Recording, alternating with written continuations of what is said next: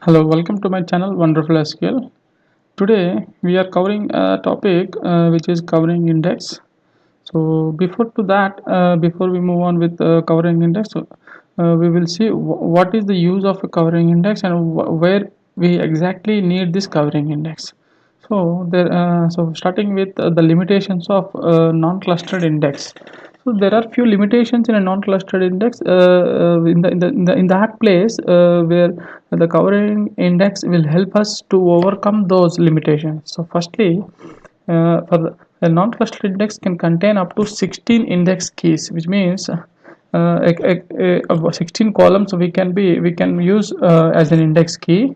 So suppose there are big tables in a production, there will be around 100 200 columns in some tables. In that case we cannot create indexes on all the 200 columns because there is some limitation for non-clustered index.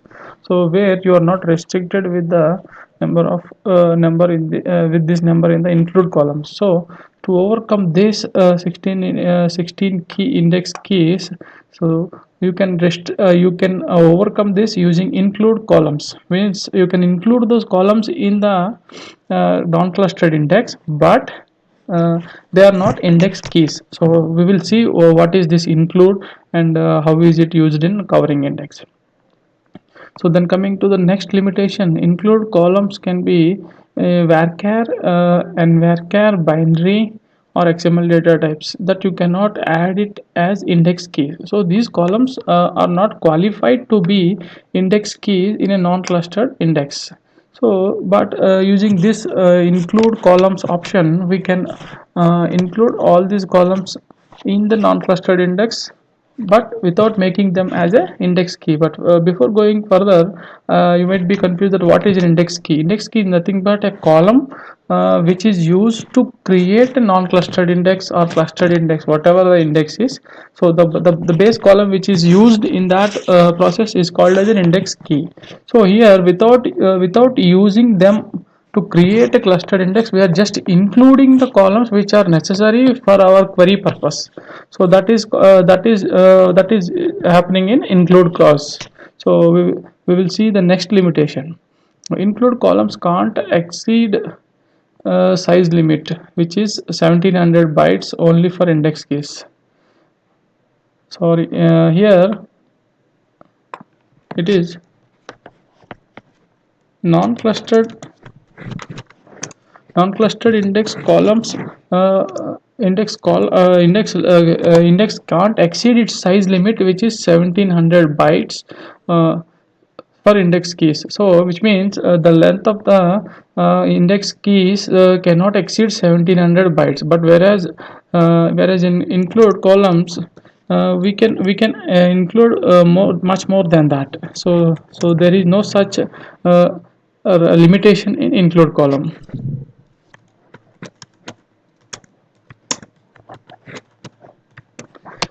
So these are the three limitations which non-clustered index have. So to overcome this, we are creating covering index which will help us to overcome this by serving our purpose. So let's see what is a covering index now. So covering index applies to only to non-clustered index. Index includes all the columns required by the query. Suppose you are using around 10 to 20 columns. So you cannot drop an existing column and create the new index on those 20 columns, because if it is already existing, so many queries might be using that index, and you might not be knowing that who are all are accessing the index, and who are all want to use that in the way which is built. So you cannot directly alter that to add those new columns into index as index keys in the non-clustered index. So here it helps, it can serve your purpose without adding the columns as index keys, but just including them in the index. So which means in the select join condition, group by, where clause or function. So suppose in a query you have multiple columns in a select statement, or in a join condition there are few columns, or in group by there are few columns, or as a where clause may contain few other columns and functions, there will be some functions applied on some columns. So all these columns can be included in a index, so that it will serve our purpose to increase the performance of the query. So finally, the one to conclude, what is a covering index? A covering index is nothing but an index which is covering all the columns which are necessary for our query to fetch the results what is expected, and with a less or minimal amount of time. So this is known as a covering index. So then comes I'm talking about include. So earlier I have mentioned include columns. So what is an include column? Generally, so when you create, I'll show you the so when you create an index, what you'll be having is the script will be like this: create non-clustered index, the name of the index and the table name and the database name, a schema name and the table name. Then comes the index key, which is product id. So this is known as an index key. On this id we are creating a non-clustered index. So this is how a script tsql look like when you create a non-clustered index. But so I'm talking about now include, so which is not the same as that.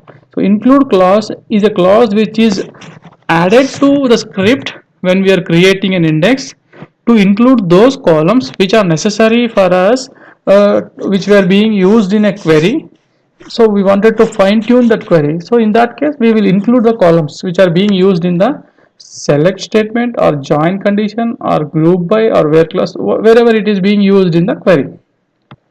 So the include clause allows us to make a distinction between columns we would like to have in the entire index and columns we only need in the leaf nodes, which means, so generally when we create an index, the keys whatever we mean in this case, suppose we take product id is a key, so it will exist in the entire index, like from root node to intermediate to leaf nodes.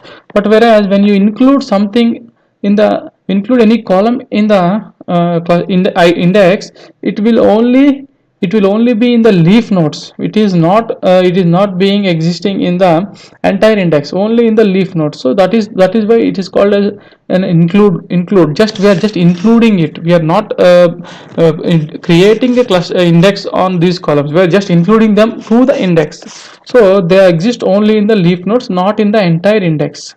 So we will see the script.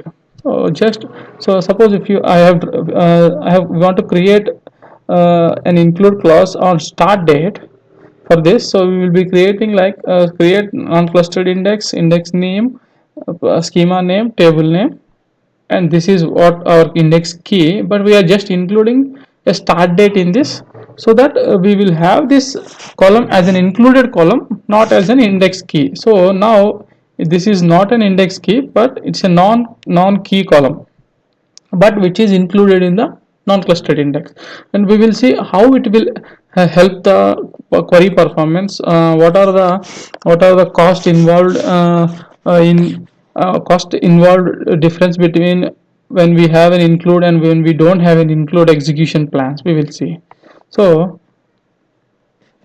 and one last thing is, however, having too many included columns may increase the time required to perform insert, update, or delete operations to your table, which is a limitation similar to when we have an index. We have the same limitation. So in the same way, when you keep on including columns, it might increase the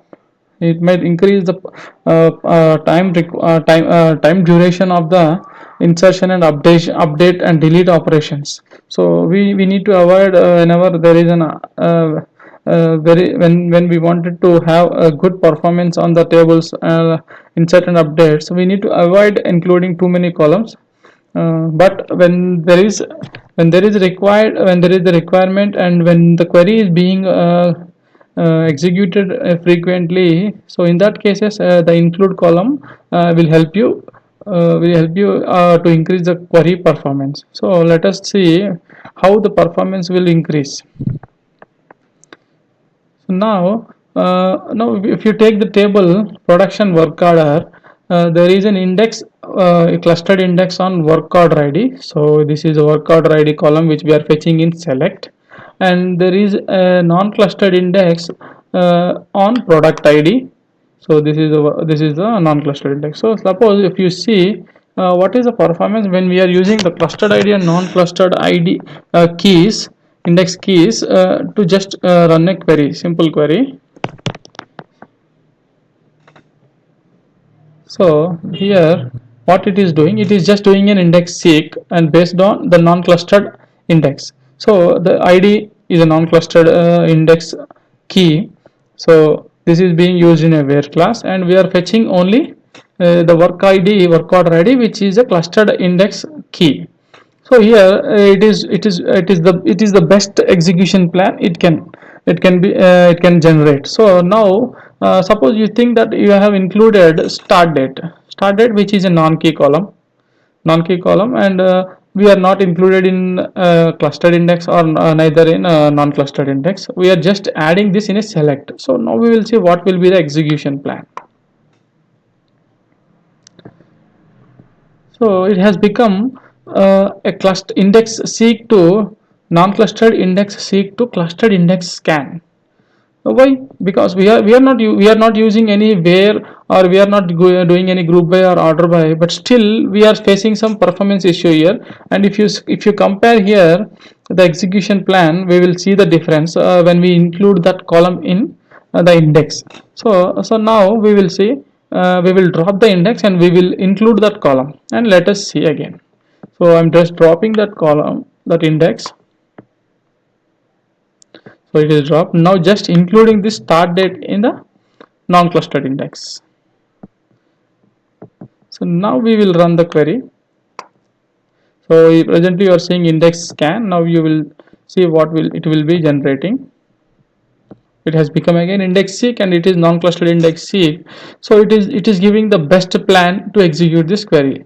And we will compare these two execution plans side by side, and we will see what exactly is happening and where we are gaining the time, or a CPU or CPU cost. So suppose the if you see both, it is the index scan which is happening before including that column, or before we creating that covering index, and this is after we have created that. So here the number of rows read is 72,000, and here the number of rows read is 1105. So the main difference comes when we are reading the number of rows. What happens in a clustered index? In our previous video we have already covered, it will touch all the columns of the index, all the rows and columns of the index. So it is touching the entire row count, but actual rows for all our execution is only this. But whereas a seek, it is just touching whatever the rows which are required for us, which means, as I said earlier in my previous video, index seek will touch will query the rows which are qualifying for the query and the pages which are containing those rows, which means it is avoiding the pages which are not containing the data which we are looking for. So obviously index seek will perform better in terms of duration of the query. So now you see the input output cost. This is almost so almost 10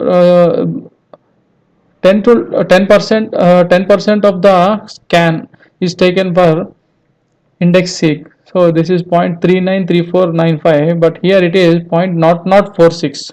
So like we have gained a lot of IO cost here.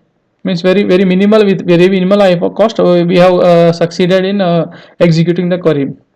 If you see the operation cost, the same thing. Here we have gained too much of operation cost as well. And coming to CPU cost, see this is also so this is nowhere near to scan. So this is, so we have gained a lot of CPU cost as well. Then coming to subtree cost, same way we are gaining some good performance here. So this is how the index will covering index will help us to tune the query and help us to create the index which is which is not becoming a burden to the database and still helping our purpose. So if estimated rows also, see that as we said, the number of rows read. So here also we are gaining almost, we are not even touching the 5% of the rows which are in the table. So this is how the covering index will help us to gain the performance without overloading the indexes. So this is very much helpful, and we can also overcome the limitations of the non-clustered index by using this covering index. I think you might have understood the concept. If you have any questions or queries, please comment on the video, so that I will try to make a video on those clarifications. Thank you.